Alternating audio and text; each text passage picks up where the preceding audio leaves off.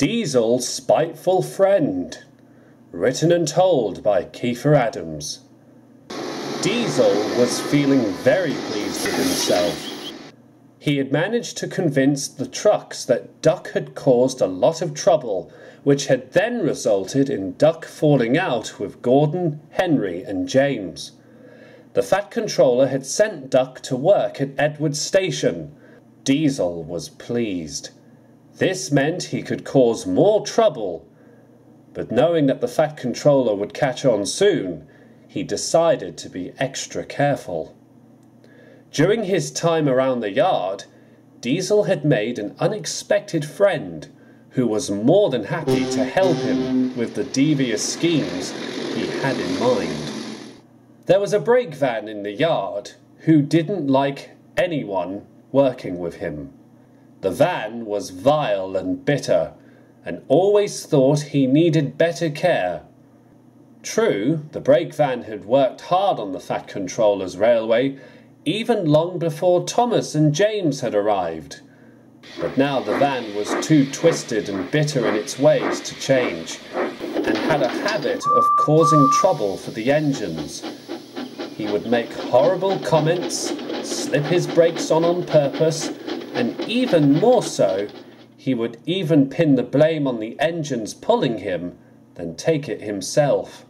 Diesel liked this brakevan and decided to use him for his next schemes now that Duck was safely out of the picture. When the brakevan learnt what Diesel had in mind, he was more than delighted. Soon, his behaviour became more reckless and dangerous than before. James stalled on Gordon's Hill when the van ordered the trucks to hold back. Even Edward, who was still looking after Duck on his branch line, had the van once or twice. Percy and Thomas didn't like him either because of the spiteful comments he made about tank engines.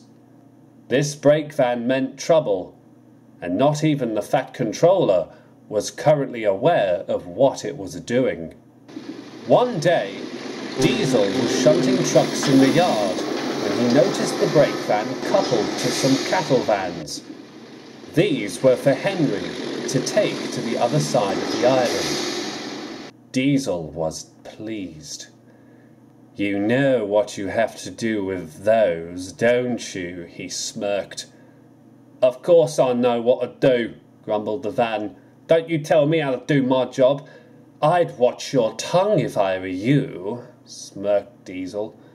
"Besides, you're one of the most important brakevans on the railway. I heard that Henry said that you have passed your working life and should be scrapped." The van was furious. "I'll teach him a lesson," he barked. "Just you wait." Diesel scurried away, delighted at what he had done. The van did manage to hold Henry back on Gordon's Hill, and reluctantly Henry had to accept Duck's help, who was currently serving as banker while Edward was away. It was soon time for the three engines to call an indignation meeting. "I tell you what," thundered Gordon angrily, "that brakevan is disgraceful." "Disgusting," rapped James. "Despicable," ruptured Henry. The three engines were just about to blame Duck when the Fat Controller arrived. "I'd like a word with you three," he boomed. "It seems you've all been blaming the wrong engine in league with the trucks." The engines were surprised. "I've just had a brakevan who I had no idea was causing trouble for you all tell me that Diesel was responsible for everything that's gone on in this yard." The three engines stared in bewilderment. "I'm not sure exactly what this brakevan's intentions were, but I know that Diesel's were far worse," thundered the Fat Controller. "And I am very disappointed in all three of you. You all know better than to jump to conclusions before finding out the truth. I do hope when Duck returns, you will all owe him an apology." Gordon, James and Henry looked away, ashamed of themselves. The Fat Controller turned sharply on his heel and walked away.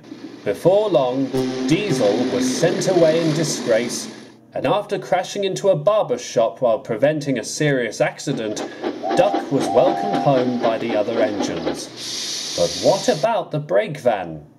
Well, even though he sold Diesel out, he continued to live up to his name as Spiteful.